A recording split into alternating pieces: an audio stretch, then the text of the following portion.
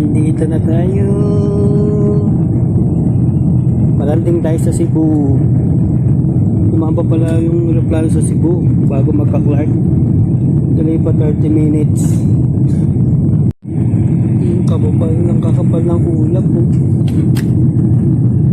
Bumaba na rin kami ng Cebu International Airport.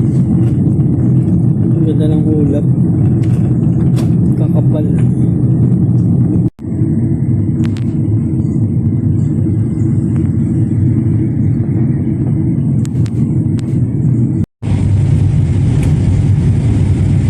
Paranding na.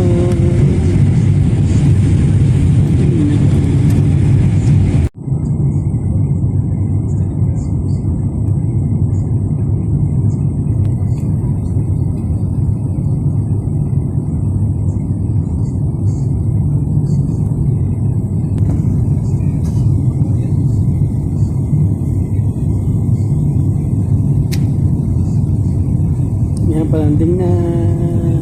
Palanding na kami sa Cebu International Airport.